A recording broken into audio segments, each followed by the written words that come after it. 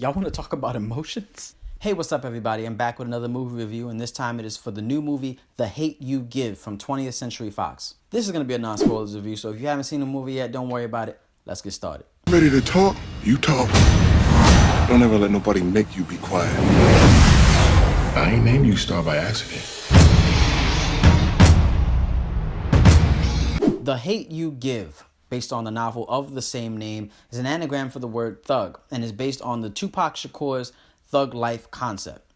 The hate you give little infants fucks everybody.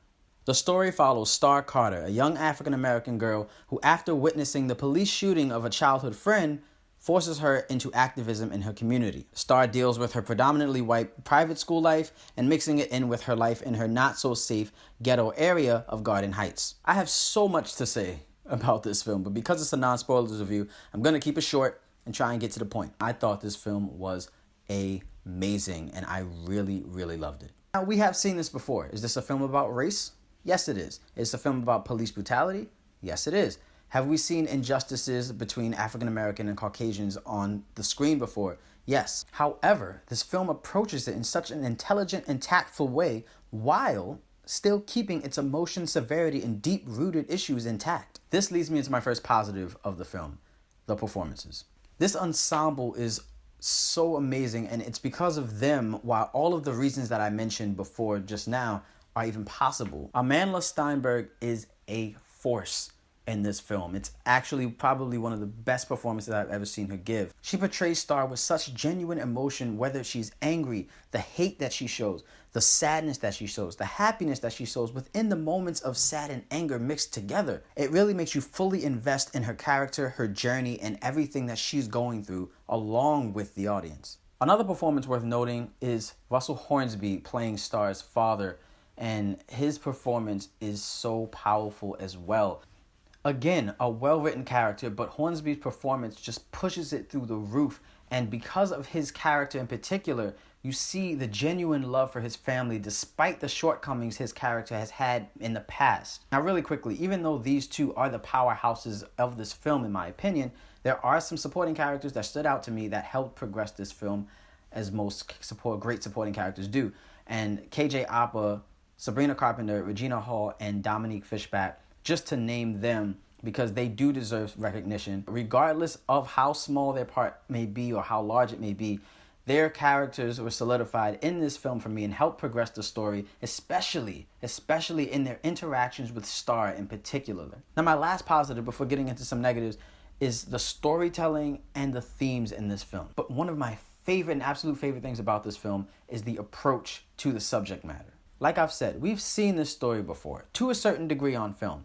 And although the subject matter may be touchy or controversial, most films like this are usually all from one point of view, which unfortunately leads films like that to be labeled as a film that was too preachy or too black because they're speaking of racial injustices. Yet this film presents the conflict and situations and then takes you through the motions of what these people in these situations have to go through.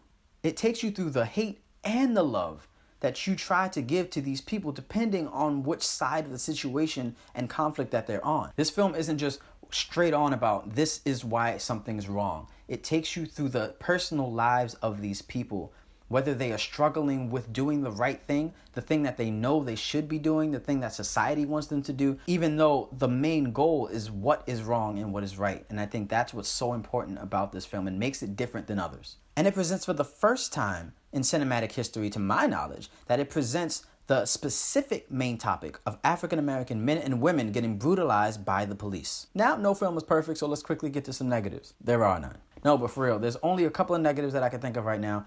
One, the movie is long, and I can see some people who are not into longer films starting to get a little bit antsy around the 2 hours and 10-minute mark.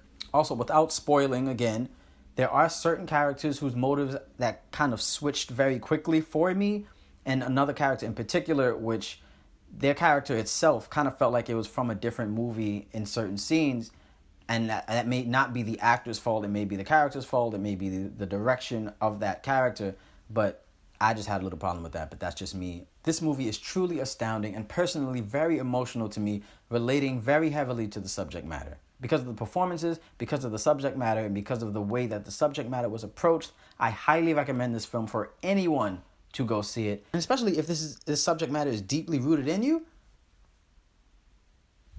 I give The Hate U Give a 9.5 out of 10.